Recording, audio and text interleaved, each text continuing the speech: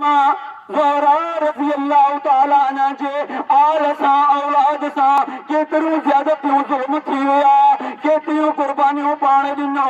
पर इहे कुर्बानियूं, इहे तकलीफ़ूं, इहे ॾुख सभु इस्लाम जे करे हुया, सभु नाने जे दीन जे करे हुया, सभु अल्लाह तबारक व तआला जे वहदहू ला शरीकीअ जे करे हुया। ताकि ओ भाइरो, ओ दोस्तो, ओ अज़ीज़ो, अल्लाह तबारक व तआला के वहदहू ला शरीक मञो, मुहम्मदुर रसूलुल्लाह सल्लल्लाहु तआला अलैहि वसल्लम के पंहिंजो प्यारो ऐं सुहिणो सचो नबी मञंदा करियो। उन महबूब नबी करीम सल्लल्लाहु अलैहि वसल्लम जी प्यारी शहजादी, प्यारी बेटी, प्यारी छोकरी जंहिंजो नालो फातिमा रज़ी अल्लाह अन्हा आहे, हुनजो शान ॿुधायां, हुनजो मक़ाम ॿुधायां। दुनिया में जेके उन्हनि कुर्बानियूं ॾिना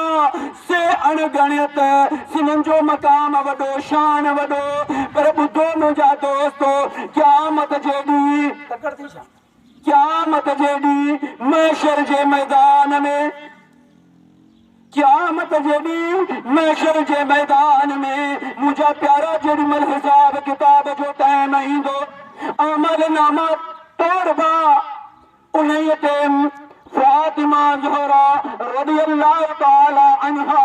तशरीफ़ आणींदो। अल्लाह तबारक व तआला हुक्म फरमाईंदो, 70,000 हूरनि जे झुरमुट में पाण जन्नत में हिसाब किताब जे मैदान में तशरीफ़ आणींदो। अल्लाह तबारक व तआला फरमाईंदो, और जन्नत वारो, जहन्नम वारो, ओ हिसाब किताब करण वारो, सभु पंहिंजा गर्दन हेठि कयो, सभु पंहिंजा चेहरा झुकाए छॾो, मुंहिंजे सोणे हबीब जो प्यारी छोकिरी तशरीफ़ आणे रहियो आहे। 70,000 हूरनि जे झुरमुट में परदे में पाण तशरीफ़ फरमाईंदा, ऐं क़यामत जे ॾींहुं जेॾीमहिल हिसाब किताब थींदो, फातिमा खां पुछा कयो वेंदो, फातिमा तव्हां ॿुधायो, तव्हांजे बचड़नि सां जेके ज़्यादतियूं थिया, जेके ज़ुल्म थिया, जेके दीन ऐं इस्लाम ते अमल कंदे एतिरा कुर्बानियूं ॾिनऊं, हिननि जो खून, हिननि जो बदिलो तव्हांखे छा ॾिनो वञे? आ मुंहिंजा सुहिणा नबी तुंहिंजो मक़ाम, वाह मुंहिंजा सुहिणा मदीने वारा साईं तुंहिंजो शान, वाह अहले बैत तुंहिंजो मक़ाम, वाह मुंहिंजे महबूब नबी जो त शान आला,